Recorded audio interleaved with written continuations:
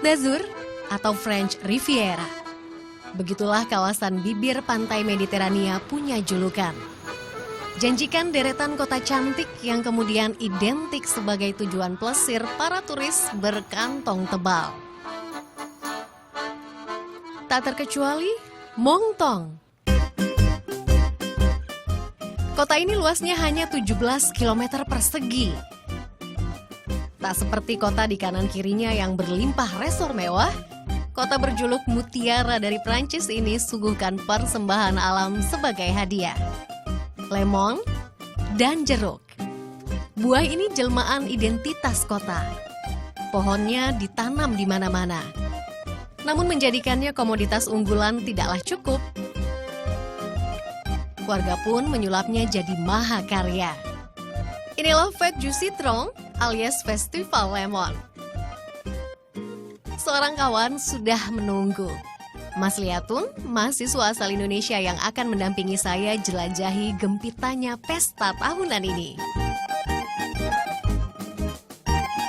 Digelar untuk ke-83 kalinya, festival ini mengambil tema Cinecittà yang hadirkan nostalgia puncak kejayaan film Italia di tahun 50 hingga 60-an. Festival Lemon pertama kali digelar tahun 1933. Kala itu, warga merayakan keberhasilan mereka menjadikan Moncton sebagai produsen utama lemon.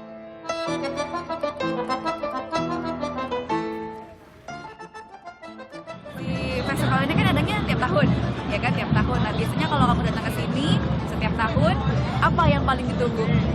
Corso de Fludor. Corso de Fludor itu Adalah parade buah emas. ya, karena bagi mereka itu jeruk dan lemon itu adalah emas bagi mereka. Ya, karena jeruk itu adalah aset berharga bagi warga Moncton di sini. Komoditas utama. Iya, bener banget. Promenade de Soleil menjadi panggung parade. Sepanjang sisi jalan ini dipadati pengunjung. Aksi peserta parade berkostum warna-warni iringi kendaraan hias. Saya dan Atun sigap ambil posisi terdepan menyambut konvoi.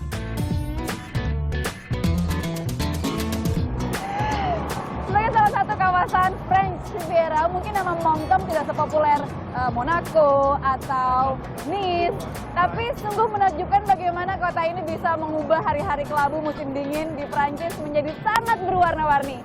Setiap korso ini diadakan, sekitar 30.000 orang berkumpul di sini, dan jumlah itu sama dengan jumlah penduduk kota ini, Moncton. Luar biasa kan?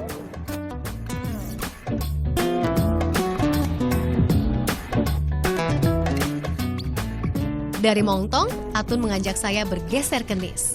Sejam saja dengan bus.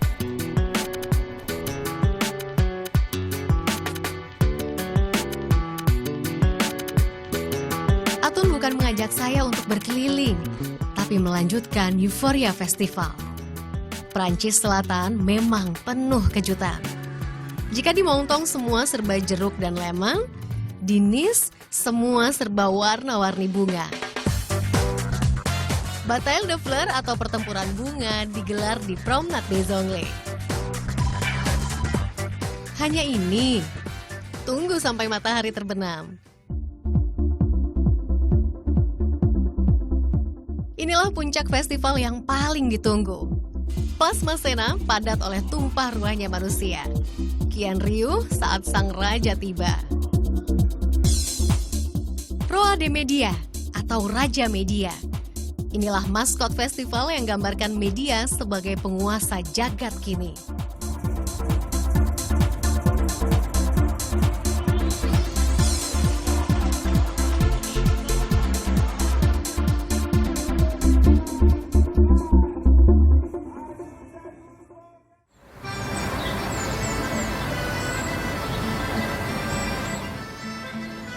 Hari sudah terang. Keramahan Prancis Selatan membawa saya ke satu kota lagi, Montpellier. Namun kehangatan di sini bukan datang dari hingar-bingar festival, melainkan santapan halal. Restoran ini merupakan satu-satunya restoran Asia halal di Prancis Selatan. Waalaikumsalam. Semua menu tinggal dihangatkan, kemudian siap hidang. Senang sekali, sang empunya resto dan putrinya ikut menemani waktu santap saya.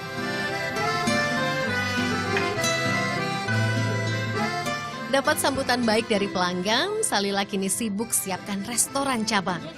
Namun jauh sebelum usaha keluarga ini dirintis dan berkembang, sang ibu Sarian harus lalui perjuangannya sebagai pendatang. Comment est-ce que vous venez ici? Vous venez du Cambodge? Je suis réfugiée politique de la femme. Voilà. Pendant la guerre, j'ai vécu pendant 3 ou 4 ans avec ce régime communiste. Sarian sampai di Prancis saat berumur 20 tahun. Ia menikah, 6 tahun kemudian Salila pun lahir. Menjadi seorang muslim juga bukan hal mudah bagi Salila saat masih kanak-kanak. À l'école, oui. Petite, ça a été dur. Parce que on est asiatique.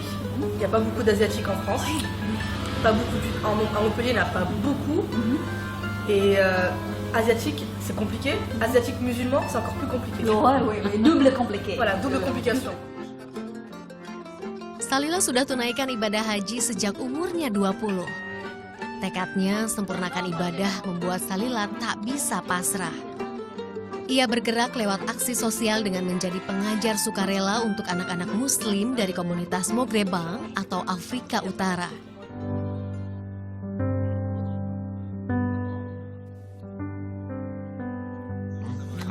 Turki Yunan. La Grèce.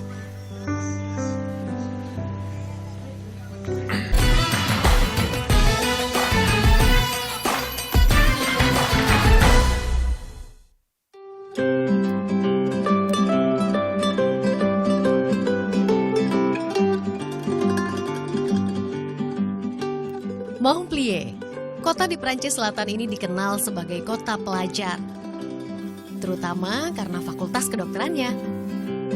Bangsa Moor, kaum muslim asal Maroko, datang ke kota ini pada abad ke-9 dan mendirikan sekolah kedokteran.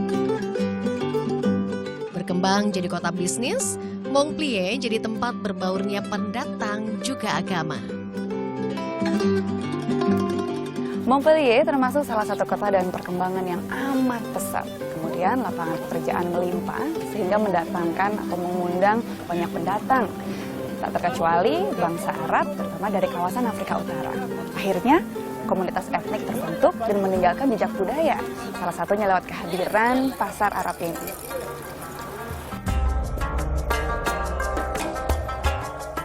Tiap Selasa dan Sabtu, mulai pagi hingga siang, kawasan PA tak ubahnya bazar. Pasar Arab, begitulah warga menyebutnya. Kerudung, peralatan rumah tangga, hingga pernik bernafas Islam jadi komoditas utama.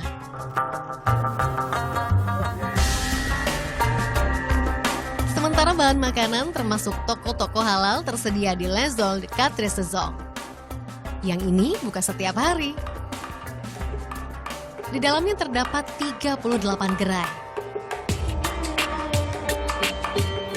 Soal kebutuhan dapur, pasar ini punya semuanya.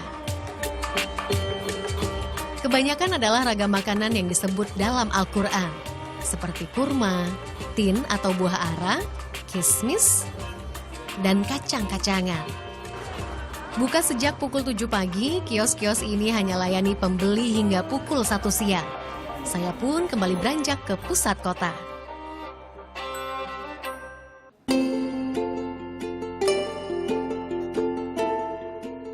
Banyak berikan kesempatan bagi para pendatang, begitulah kesan saya pada kota ini. Saya bahkan menemukan sebuah asosiasi yang aktif berikan bantuan pada imigran, khususnya korban Perang Suriah.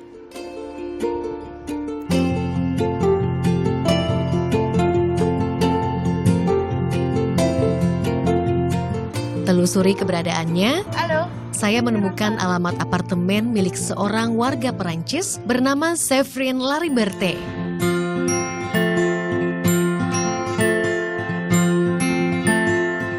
Regardez. Regardez. Ternyata sedang ada kelas bahasa Prancis di sini. Sepasang suami istri jadi muridnya. Mereka adalah Asya dan Muhammad.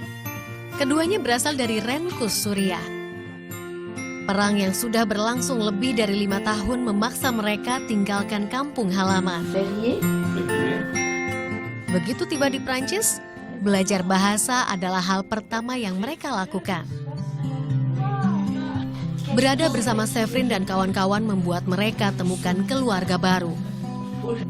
2 bulan mereka lalui perjalanan melelahkan. Mengurus visa atau pergi lewat jalur udara menuju Eropa tak mungkin mereka lakukan karena akses menuju bandara ditutup, belum lagi risiko bertemu pasukan ISIS. الخطورة الموجودة على الشاب بشكل عام أكثر من أي واحد يعني موجود.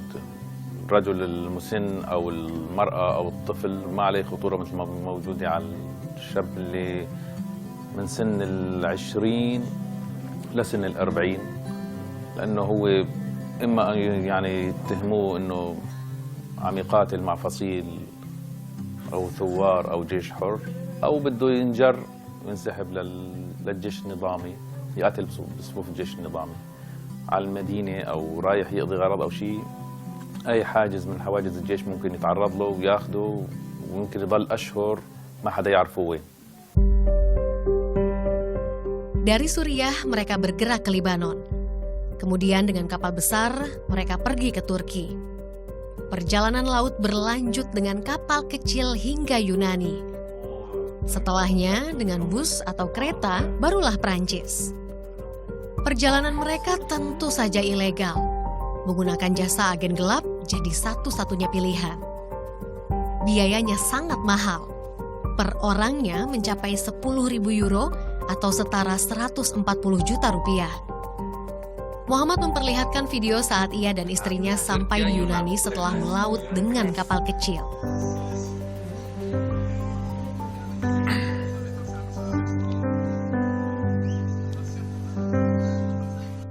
Tak cuma demi hidup yang lebih baik, beratnya perjalanan rela Asya lalui demi sebuah momen yang paling ia impikan.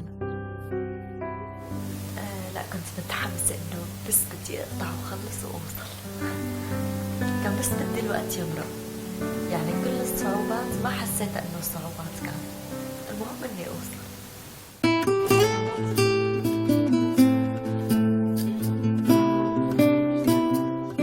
Aiman Nasser, kakak Asya, dulu merantau ke Prancis untuk mencari pekerjaan. Kini profesinya adalah pedagang. Suriah yang porak-poranda karena perang menghancurkan hatinya. Ia kemudian menggagas Free Syrian Montpellier. Asosiasi bentukannya ini merangkul para relawan juga donasi untuk disalurkan pada para pengungsi di sejumlah penampungan. Selain salurkan donasi berupa makanan, pakaian, obat serta fasilitas kesehatan, Aiman juga intens mendampingi para imigran penuhi keperluan administratif. Comme on n'a pas beaucoup de l'aide ou pas beaucoup d'aide de la part des services administratifs, donc on a des difficultés à trouver les réfugiés. Des membres des bénévoles de notre association ou des autres associations, ils ont déjà du mal à finir leur démarche administrative, c'est tout. C'est déjà compliqué, et puis surtout quand on ne parle pas français, et puis pour les réfugiés qui n'ont pas d'accès aux associations, je n'arrive pas à imaginer comment ils font. Mais c'est une difficulté absolue, mais surtout une difficulté psychologique, ce sentiment d'être abandonné.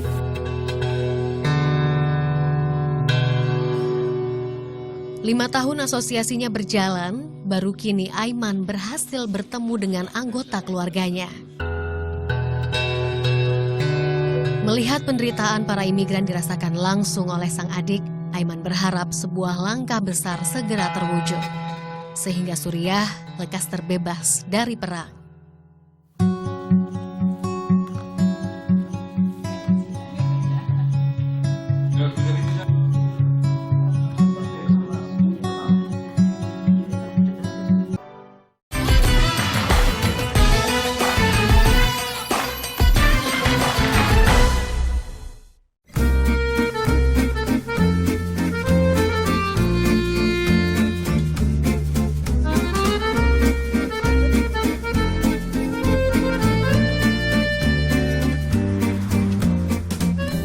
Dari pusat kota Montpellier, saya diundang Asia untuk berkunjung ke tempat tinggalnya.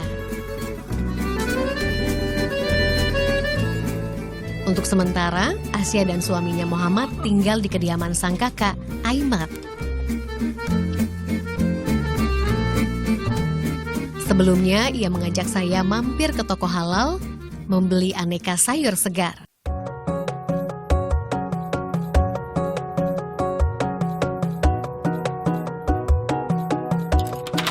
Sesampainya di rumah, waktu sholat asar tiba.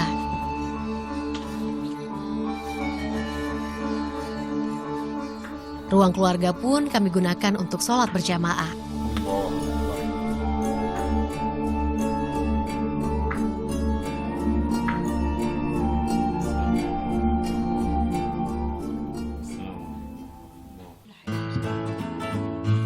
Selepasnya, kami langsung bergerak ke dapur. Sayur mayur menunggu untuk diolah. Diracik dengan bahan-bahan lain, saya pun diajak mengenal menu khas Suriah. Salah satunya mutabal atau baba ganoush.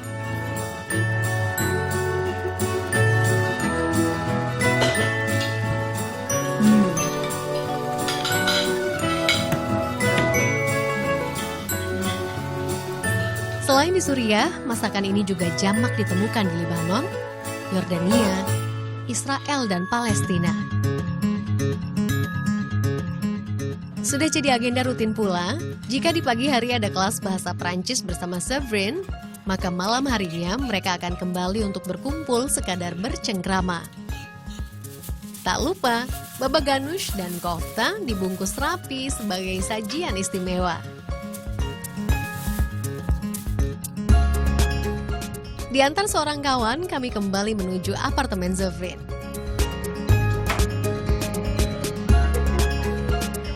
Sampai di tujuan, Severin menyambut kedatangan kami lagi. Hidangan sedap yang sudah kami siapkan langsung semarakan suasana. Severin tak pernah mau membagi momen ini sendirian. Sejumlah kawan selalu ia undang. Tak jarang mereka pun akhirnya tertarik menjadi relawan. Upaya Severin membantu para imigran ternyata juga dilandasi ikatan emosionalnya pada Suriah. Et j'ai travaillé pendant de nombreuses années en Orient. J'ai travaillé longtemps au Bangladesh et beaucoup en Syrie. J'allais tous les ans pendant 1 mois ou 2 mois en Syrie pendant 10 ans. Et là-bas, j'ai rencontré beaucoup de gens.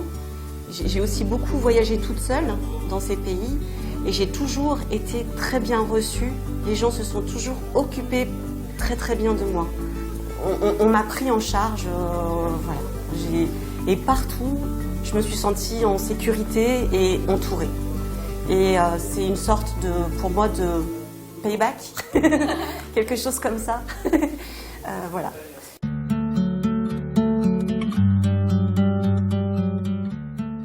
Tak ada batas dalam tolong-menolong. Hal ini bahkan disebut beberapa kali dalam Al-Quran. Di antaranya surat Al-Maidah ayat 2. Dan tolong-menolonglah kamu dalam mengerjakan kebaikan dan takwa. Dan jangan tolong-menolong dalam berbuat dosa dan pelanggaran. Dan bertakwalah kamu kepada Allah. Sesungguhnya Allah amat berat siksanya. Allah Subhanahu wa Ta'ala mengajak untuk saling tolong-menolong dalam kebaikan juga bertakwa. Sebab dalam ketakwaan terkandung ridho Allah.